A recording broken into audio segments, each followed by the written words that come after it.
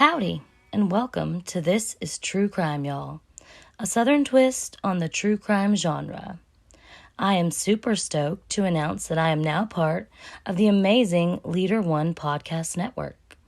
I still can't believe the YouTube video that was posted by Morgan Rector of Human Monsters had almost 800 views. Mind freaking blown. So thank you to everyone that has listened and shared, and I hope this will become something amazing. So without further ado, this is the case of the Damon Assassins. Yes, I said Damon. Damon Assassins. Not only will we deep dive into this main story, but also tons of other exorcisms gone wrong. I have no religious affiliations. I don't mean to offend, but killing people in the name of Christ doesn't seem right to me, even though people have been doing it for ages. I honestly only believe in Mother Nature, karma, and being a decent fucking human being. But now that that is out of the way, we can discuss our first in a series of crazy-ass deaths that have come from these exorcisms gone wrong. January 17th, 2014. People are horrified after hearing the news stories of a mother and a friend who stabbed 4 small children to death in Germantown, Maryland. As Zakiya Latrice Avery and Monifa Denise Stanford stand in front of a magistrate, silence blankets the Montgomery County District Courtroom. They are obviously denied bond for the heinous crimes they committed 4 days earlier against small, helpless children. Prosecutors vividly describe an attempted exorcism that left 2 toddlers dead and their 2 older siblings critically injured. The children's mother, Zakiya Avery, 28, and Avery's close friend, Monifa Sanford, 21, are facing 2 counts of first-degree murder and 2 counts of first-degree attempted murder. There were several calls to 911 that night and throughout the day. Police said previously that they were called Thursday to the house where the women lived after a 911 caller reported a child in an unattended vehicle. By the time the police arrived, the child was no longer in the car, and no one answered the door at a home nearby, so they just left. Okay. Police returned Friday when a neighbor called 911 after noticing a car with the door open and a knife that appeared to have blood on it on the ground. That's when the children were found dead inside a nearby home. Police said they suffered multiple stab wounds. In the 911 call from Thursday at 10:15 p.m., a male caller reports a baby being left unattended in a blue Toyota Corolla. While the man is talking to the operator, he reports that 2 women have come out for the child and are attacking the caller and walking after him. He can be heard telling someone, "You need to back up off me, ma'am. A baby in the car for an hour is my business." He later tells the 911 operator that one of the women is talking to herself. In another 911 call from 9:30 a.m. on Friday, a female caller reports seeing a blue Toyota with a door open and a knife with blood on it. "I heard loud noises in the night," says the neighbor. She adds that she heard what sounded like jumping and running, but I didn't think anything of it because there were 4 children living in the home. After the 911 call at 9:30 on Friday morning, police arrived at the horrifyingly bizarre and heartbreaking crime scene that involved 6 people, 4 of them under the age of 10. Inside the 2-story home, officers locate the lifeless body of 1-year-old Narelle Harris and his 2-year-old sister, Ziana Harris. Both were lying in their mother's bed. 5-year-old Tania Harris was barely clinging to life in an adjacent bedroom, curled in the fetal position with multiple stab wounds. 8-year-old Martello Harris was found stabbed and clinging to life as well. It is believed that the children were stabbed while they were asleep in their beds. A day before the killings, Avery had been scheduled to perform an exorcism ritual on a friend named Troy, but he never showed up. The following day, she believed that her children were inhabited with an evil spirit. In court, the prosecution disclosed Avery's record of involuntary commitments for psychiatric delusions and Sanford's history of suicide attempts. The judge ordered the jailers will transfer both women to the Clifton T. Perkins Hospital Center, a maximum security psychiatric facility located in Jessup. There, these church friends turned accused criminals will undergo extensive mental health testing to see if either is equipped to stand trial. We believe that she knew she did something wrong. However, neither woman appears outwardly remorseful for what they did. Montgomery County Police Department Captain Marcus Jones was remarked as saying, Captain Jones, who spent hours combing through the unparalleled crime scene, says, despite Hollywood's portrayal of exorcisms and witchcraft, the Avery's townhome was remarkably normal. There were no candles, documents, literature, nothing indicating a ritual had been held. As of Tuesday afternoon, Avery had enlisted District Public Defender Brian Shefferman, while Sanford's family had hired private defense attorneys Edward Layden and Dana Jones Oliver. She's always been known as a very nurturing, affectionate caregiver, so this is shocking, Jones Oliver remarked. It shocks the conscience of not only people watching television or reading the newspaper, but also of Sanford's family as well. Police say Sanford, who was enrolled at Montgomery College, met Avery about 8 months ago.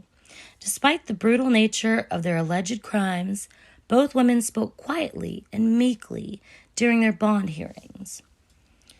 The friends will remain behind bars without bond pending their psychiatric evaluations. Martello Harris, age 8, and Tania Harris, age 5, continue to recover from their critical stab wounds. It's just an unbelievable story that I hope I never have to witness again in my career, or anyone else for that matter, Captain Jones said.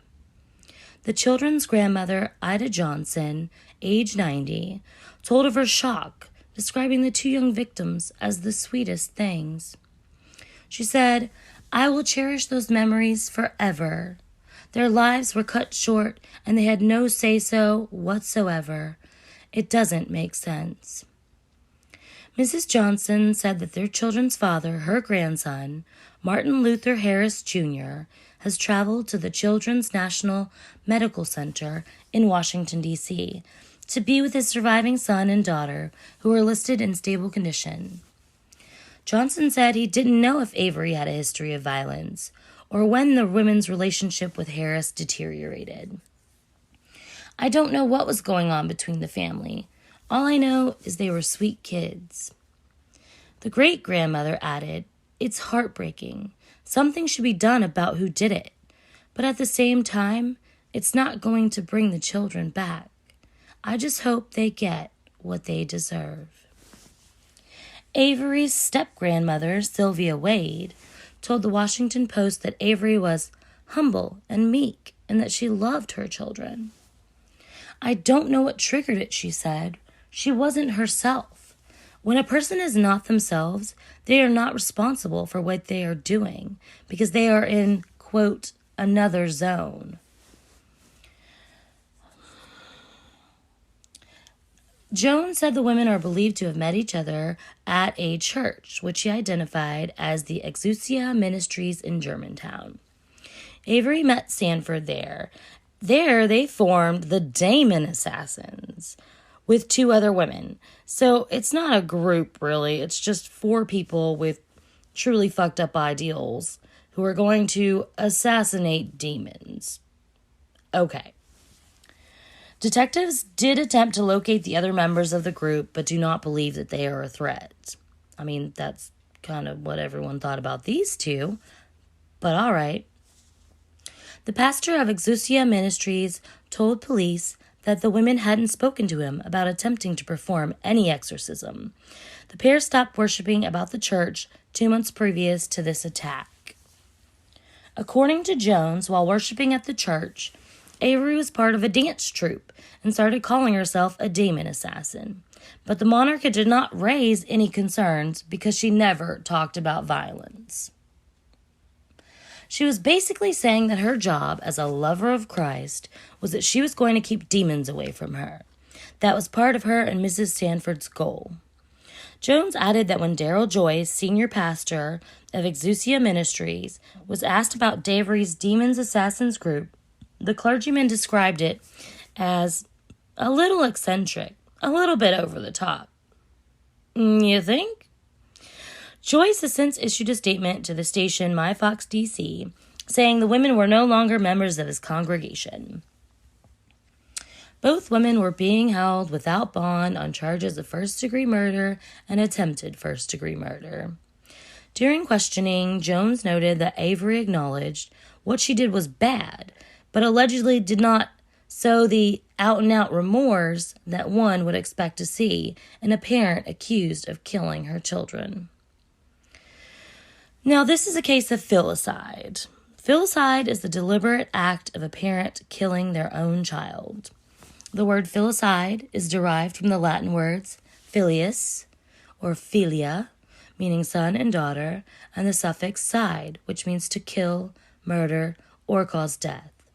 The word can refer both to the crime and to the perpetrator of the crime.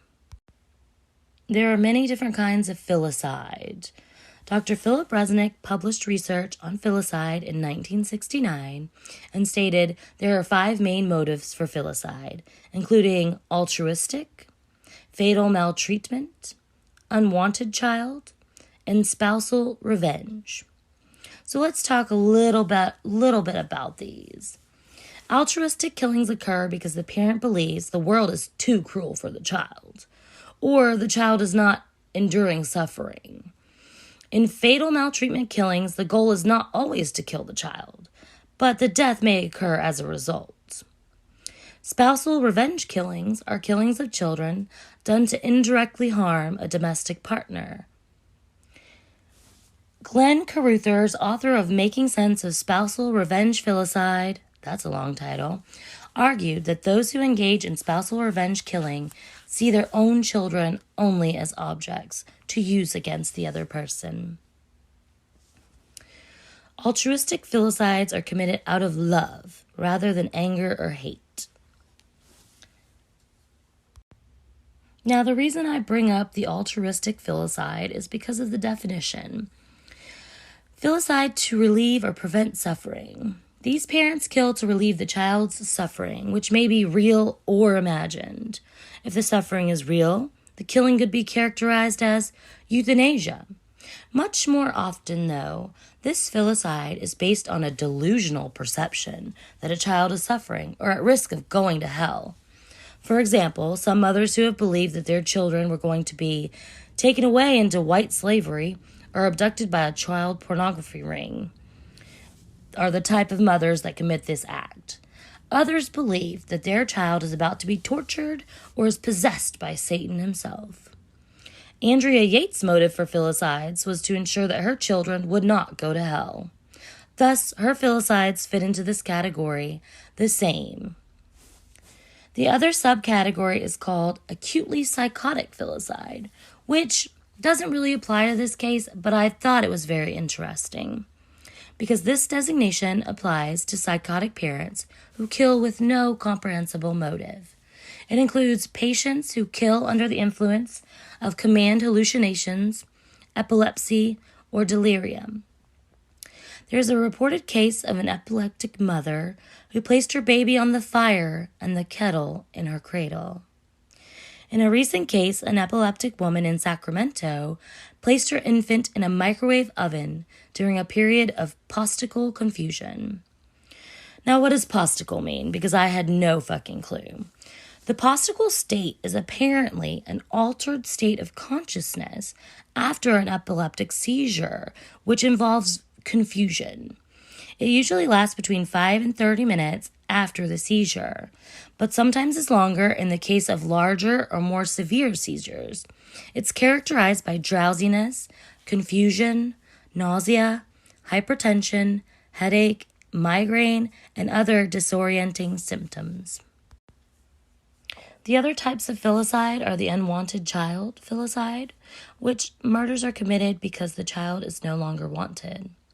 This is the most common motive for killing newborns. An example, a 25-year-old widow offered marriage only if she parted with her 2 children. After being refused placement by social agencies, she decided to dispose of them by using a hatchet and gasoline. Child maltreatment filicide usually occurs from a fatal battered child syndrome. The violent outbursts often occur in the overzealous application of discipline. This is the only one of the 5 filicide categories in which the death is not intended by the parent. However, I do feel like you may not have intended it, but you treated this kid so poorly that you really didn't mind if it happened anyway. Okay, here's some facts about filicide perpetrators. Parents who kill their children suffer from multiple losses, including their children, their freedom, and their spouse. These life events are likely to prolong the parent's depression. The anniversary of the children's death and exposure to things that remind the parent of it are likely to be upsetting, as it should be.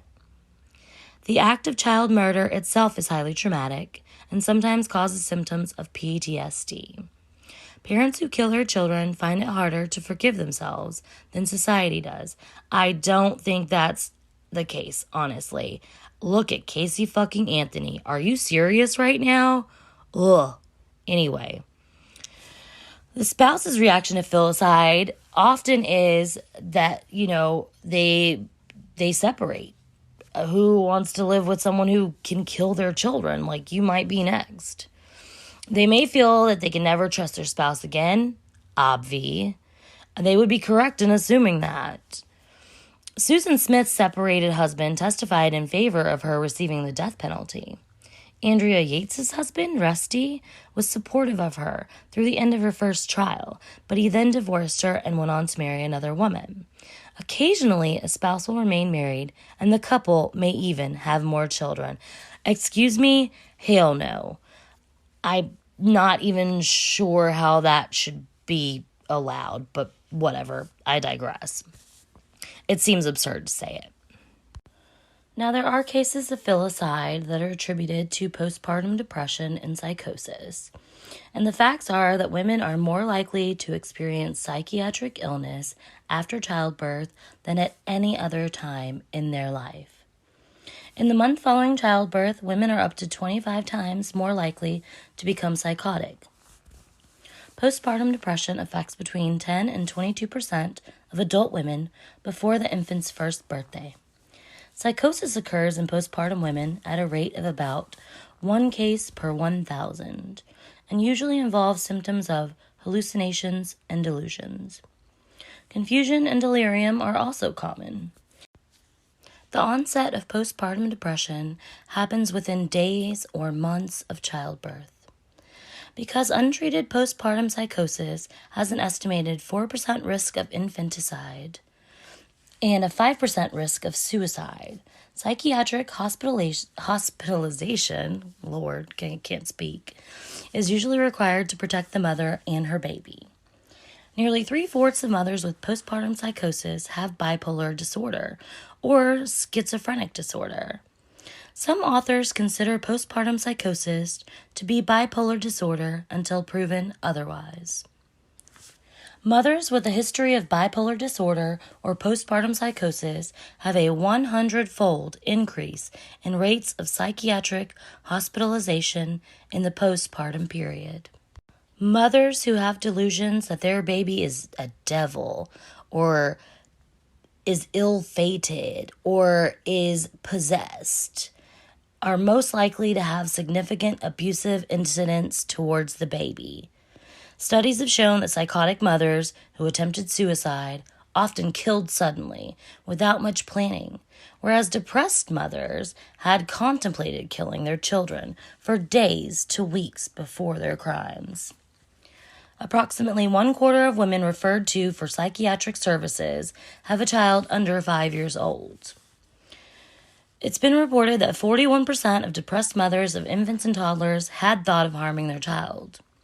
Mothers with postpartum depression are reluctant to share their emotional upset because they do not want others to think of them as a bad mom. They're uneasy sharing filicidal thoughts with social workers because they fear that their children will get taken away. Some mothers actually exaggerate their suicidality, if that's how you say that word, to receive inpatient care so they can be protected from killing their kids. There's a huge disparity in the sentences given to parents convicted of killing their children. We're ambivalent about filicide in that society simultaneously expresses moral outrage at the offense, yet often treats offenders, especially mothers, with lenience. I mean, the average sentence for women convicted of filicide in the United States was 17 years.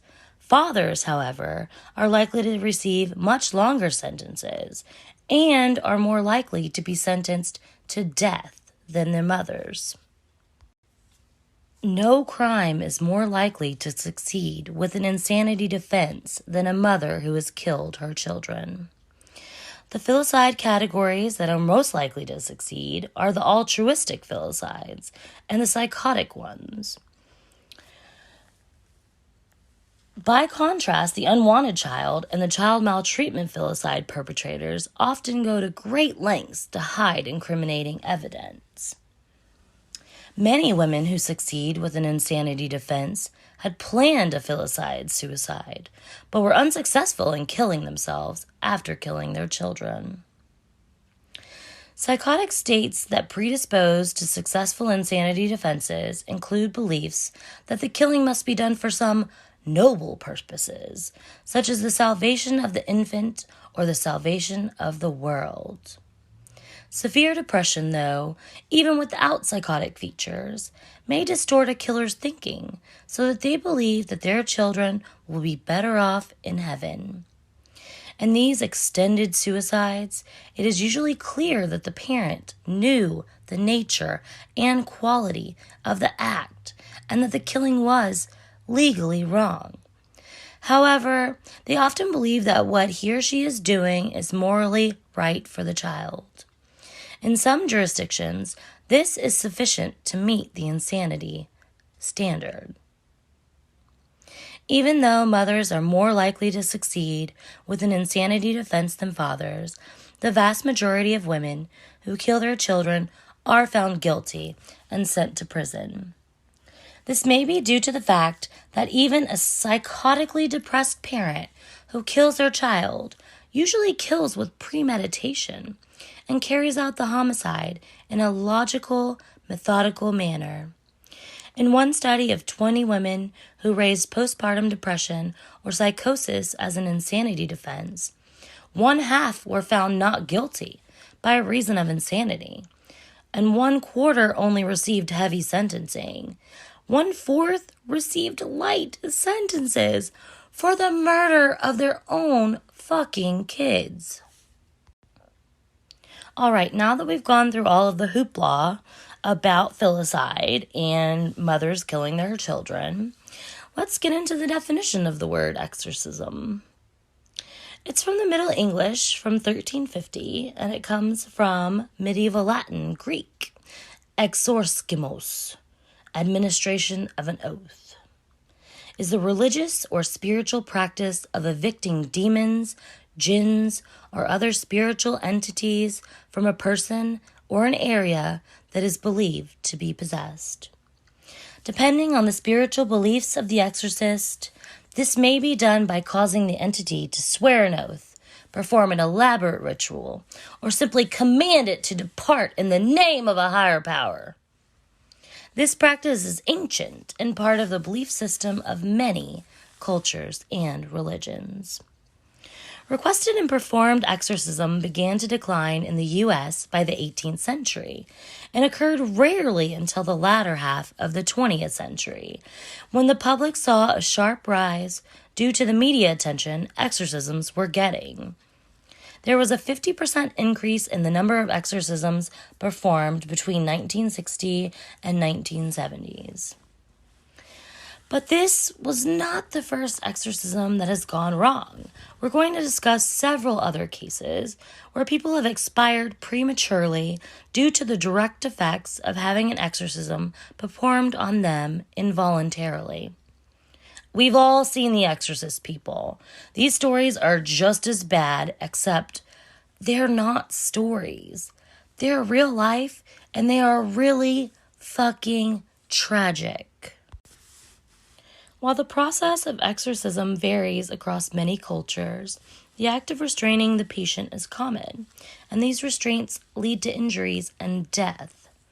The illusion that exorcism works on people with disease experiencing supposed symptoms of possession can sometimes be attributed to a placebo effect.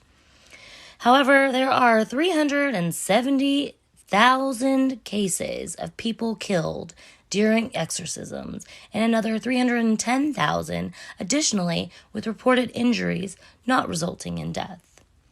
And these numbers are definitely underestimated, as people still do not report fatal cases in many rural areas of developing countries where mental illness is stigmatized. Scientifically speaking, demonic possession is not a valid psychiatric or medical diagnosis. Patients with symptoms associated with physical or mental illness can often be mistaken for victims of demon possession. For example, a shaman beat a mother of two from Thailand with a dried stingray tail because the family had suggested it was a way to rid her of her mental illness, later revealed to be a form of a motor disorder. Despite her efforts to flee, the shaman abducted her and continued beating her until she died. Even though the shaman was later charged with murder, this case study shows that the process of exorcism can be fatal and victims can be bound, beaten, burnt, starved, tortured, and no one gives a fuck, all in the name of getting that spirit out. One famous and noteworthy case is a nun from Romania who was a schizophrenic, but her outbursts and episodes were attributed to demonic possession. Father Daniel Korogany, I'm sure I said that wrong, 33, left Sister Irina Koronici bound, gagged, strapped to a cross, and without food or water for 5 days at an isolated monastery in Romania. Father Daniel, whose crime inspired the Cannes Prize-winning film, was jailed for 7 years in 2005 and vowed to build a monastery in her memory when he was released. But when he did arrive back at the site of his proposed center, the eastern commune of Zapodinia, furious villagers reportedly chased him into hiding. Although Father Daniel said that he was just trying to help Irina, he was convicted.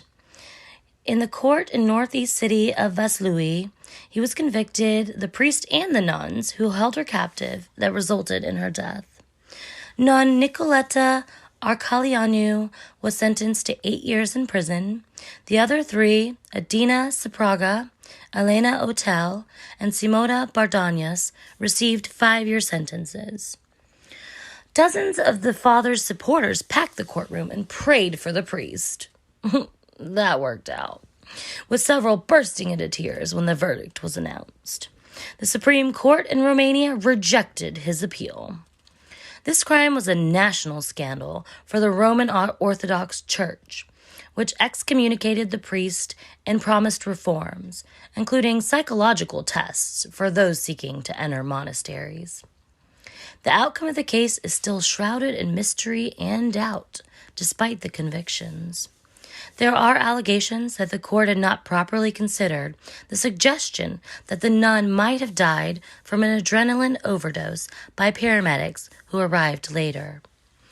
Coroner Dan Gorgio admitted recently that there was some credence to the theory, saying, "I was part of the team who handled the exhumation of the nun's body. It was concluded that the woman died of an overdose of adrenaline. Don't ask me. I don't know why the judges did not take that into account. Surely she couldn't have died from being strapped to a cross and not had any food and water. Sure, it was what the medics did. Okay. She had been diagnosed as a schizophrenic, and her possession was unlikely to be more than a series of schizophrenic episodes. Father Daniel told the court, "I consider myself not guilty, because her death was not down to the fact that we kept her locked up. We tied her up because she kept hitting herself, and we found her dead in her room eventually." This piece of shit admits that he tied her up, stuck a towel in her mouth, and kept her like that for 5 days. "I admit that I used to cover her mouth with tape while she took part in daily mass, but only because I did not want her to disturb the service. Very godlike, sir. Very Christian." The only redeeming fact about this story is that when he tried to go back to live in the village he was from, they ran him out on a rail. He now lives in a shack in the woods, I'm happy to announce. If you search children's death by exorcism, there are almost too many stories to count. I'm only going to tell some of the ones with more detail and the most extreme ones that I have found, because I myself have always thought that exorcisms were something of the past, something from medieval times, if you will, like myths and legends. But unfortunately, this is not the case. One such story is an Arizona man who was arrested in connection to the death of his 6-year-old son, after he told investigators he poured hot water down the boy's throat to rid the child of a demon. Pablo Martinez, the piece of shit that he is, told police he was performing an exorcism on the little boy because he was demonic and had a demon inside of him. The boy's adoptive mother, Romelia Martinez, told detectives that her son had been, quote, acting demonic, and that her husband offered to give the boy and their other child a bath. She told police that she could hear gurgling coming from the bathroom. When she opened the door, she saw Pablo Martinez holding the 6-year-old underneath the hot water faucet and pouring water down his throat. Romelia says she yelled at him to stop, and he told her that he had to do it. She called a pastor, and when he didn't answer, she called not... Okay, first of all, PSA. If you see some shit like this, the first thing you do not do is call your pastor. You get that fucker off of your kid, and you get that kid some emergency treatment, okay? That really pissed me off. Ugh. Her husband said that he was finally attempting CPR and poured cold water on the child because that would magically make it all better, I guess. He told investigators he tried to cast out the demon after he witnessed the boy having an unnatural fit of rage. He said, "I only held the child under for like 5 to 10 minutes. The other child that was in the bath left the bathroom in tears. Can you imagine? Oh. Okay. Anyway, Pablo was taken into custody on a first-degree murder charge. Police found the child propped in a room against a pillow, and then he was finally rushed to the hospital where he was pronounced dead. According to the court documents, the boy had burn marks on 15% of his body, including his head, elbows, and forearms. Here's another case from Sri Lanka. Sri Lankan magistrate Wasantha Ramayanki and police officers came to the house of a girl who died of an exorcism on February 28, 2021. The 9-year-old was beaten to death with a cane. The girl's mother and the woman she hired to drive the evil spirit out of the girl were arrested and appeared in court following the fatal ceremony over the weekend. The victim's mother did believe she was possessed by a demon and took her to the home of the exorcist, according to officials. During the ritual, the exorcist put oil on the girl and beat her repeatedly with a cane. She lost consciousness and later died at the hospital. Police are investigating whether the suspect, who is known for advertised demonic casting services, had abused anyone else. Then there's a case of parents of a 4-year-old Missouri girl who were killed by neighbors to remove a demon. They pled not guilty to charges. Pretty sure you are, though. Mary S. Mast, 29, and James A. Mast, 28, of Lanka, Missouri, were charged Thursday with felony child endangerment, resulting in death, and are jailed without bond. During their arraignments, the judge denied their request to attend the girl's funeral. You killed her and now you feel bad about it? Okay. The couple's other children, a 2-year-old son and infant, were placed in protective custody. The girl was found dead at the family home on December 20th, where she had been severely beaten and dunked in an icy fucking pond, as what part of appeared to them as a, quote, religious type episode. Across the road neighbors Ethan Mast and Courtney Almond were charged last week with second-degree murder and other offenses. Just a heads up, Ethan Mast is not believed to be related to these other shitbag Masts. Both families did attend the same church, but Knox said the actions involving the girl are not condoned by the church, which he declined to name. I really want to know what fucking church that is. The investigation done so far indicates that this is an isolated incident and not the actions of a cult. A probable cause statement from Benton County Sergeant Chris Wilson said the girl was already dead and had severe purple bruising all over her body, including ruptured blisters. Knox said the girl's parents also had been beaten along with the 2-year-old. The infant was the only one unharmed. James Mast told investigators that he and his wife observed the beating of their daughter, but were told the beating was fine, and if they tried to intervene, they would be beaten or shot as well. Still, Wilson asked James Mast how he could let people do this to his family, and he stated that they were told that they had a demon inside of their child, and her children would end up just like her if it was not taken care of. So she had a demon, her kids, everyone's got a demon. Demons for everyone. Got it. Ethan Mast also told him that he and Almond used a leather belt to beat the girl. She was then taken to a pond behind the home where she was dunked in the water. The icy, cold pond scum water on a day when the high temperature was in the low 40s. When speaking of deaths by exorcism, one cannot help but mention Anna Elizabeth or Anneliese Michel, who was a German woman who underwent 67 Catholic exorcism rites during the year before her death.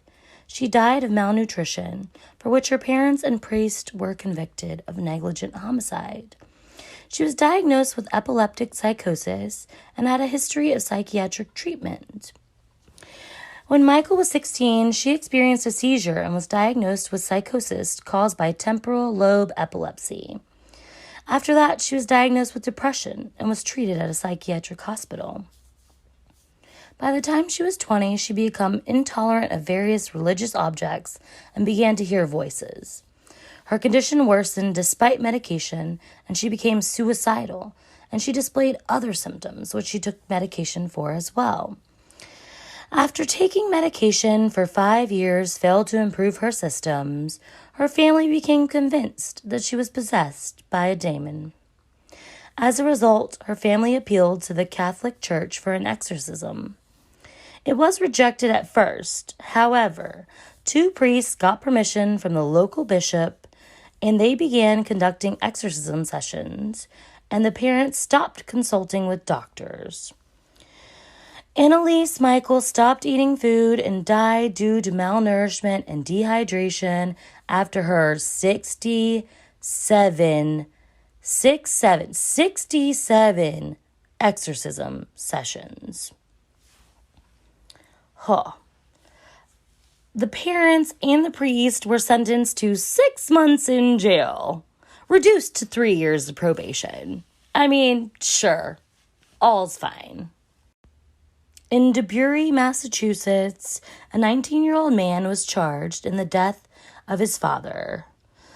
He told police he was baptizing his dad in a Massachusetts pond to exorcise his demons.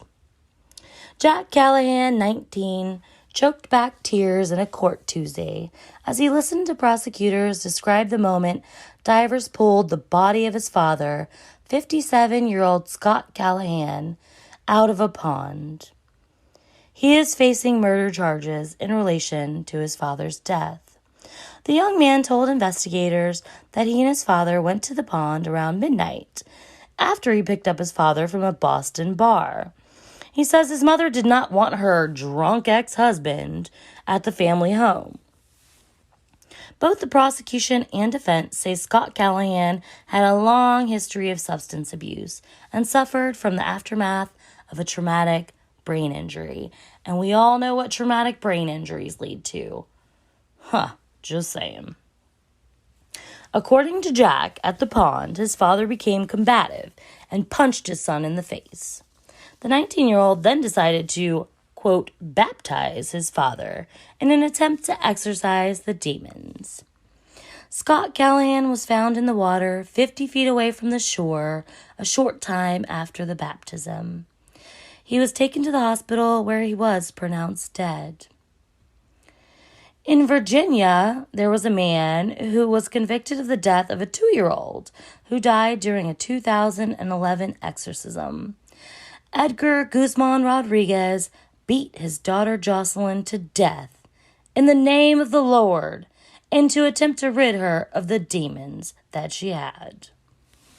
Police summoned to the scene encountered several people holding Bibles outside the home, where Guzman Rodriguez stated that he had also become possessed by a bad spirit when he punched and choked Jocelyn to death. Oh, so y'all all got okay, all right. The girl is found in a bed, wrapped in a blanket, surrounded by Bibles. Such beliefs in demonic possession and the violent exorcisms that may follow have a long history and can harm the most innocent among us, namely children. Y'all, it's just wild as shit to me that this is sometimes the first thing that people go to when their kid is acting bad or having an episode. I mean, there are so many things that it could be related to that do not involve spirits.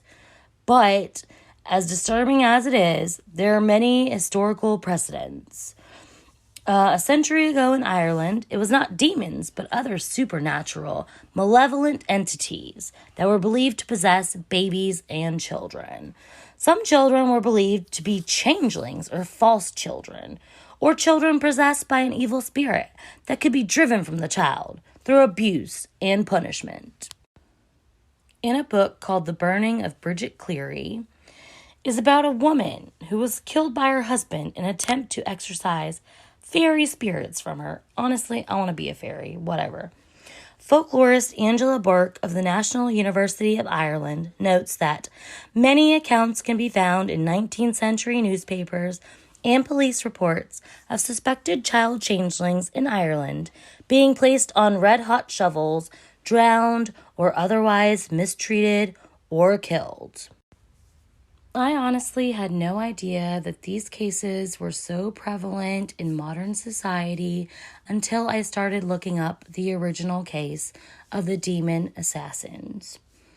It boggles the mind to me, because I am a mother, that one could go to such great lengths to do something so heinous and just be a bystander and let it happen.